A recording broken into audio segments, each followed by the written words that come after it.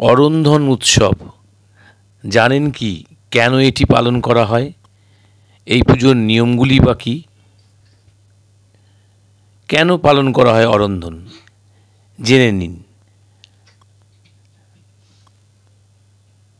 বিশ্বকর্মা পূজা, তার সঙ্গে এই দিনেই অরন্ধন উৎসব। বছরে দুবার পালিত হয় এই অরন্ধন উৎসব।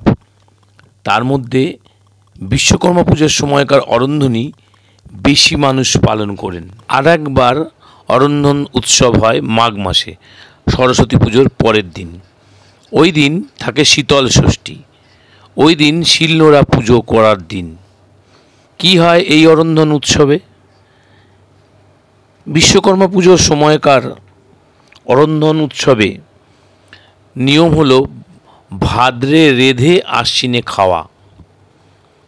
এই দিন হলো ভাদ্র মাসের সংক্রান্তি, আর এই ভাদ্র মাসের সংক্রান্তিতেই মা মনসার পুজোও দেওয়া হয়। ভাদ্র মাসের সংক্রান্তিতে মনসা পুজোর দিন যে অরন্ধন উৎসব পালিত হয় তাকে অনেকে উনুন পুজো বা রান্না পুজোও বলে।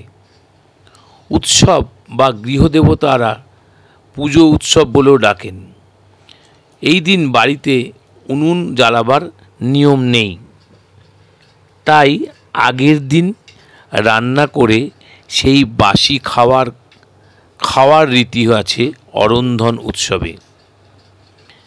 এই দিন রান্নাঘরের একাংশ ভালো করে পরিষ্কার করে ফণী মনসার ডাল অথবা শালুক গাছের ডাল দিয়ে মনসার ঘট প্রতিষ্ঠা করা হয় এবং যত্ন সহকারে পুজো করা হয়।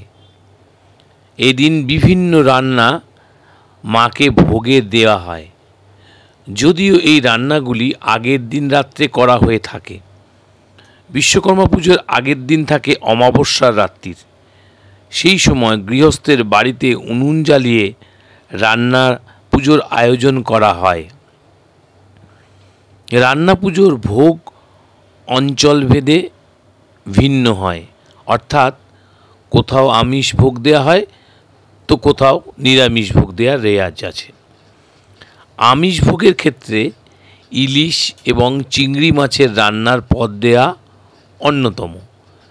নিরামিষ ভোগের ক্ষেত্রে রকমারি ভাজা, ছোলা নারকেল দিয়ে কচু শাক সহ একাধিক শাক, পান্তা ভাত এবং খেসারির ডাল, চালতা এবং গুড় দিয়ে চাটনি, বড়া, মালপোয়া ইত্যাদি দেয়া হয়।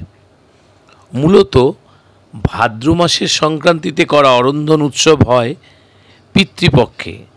তারপর বাঙালি অপেক্ষা করে থাকে দেবী পক্ষের জন্যে।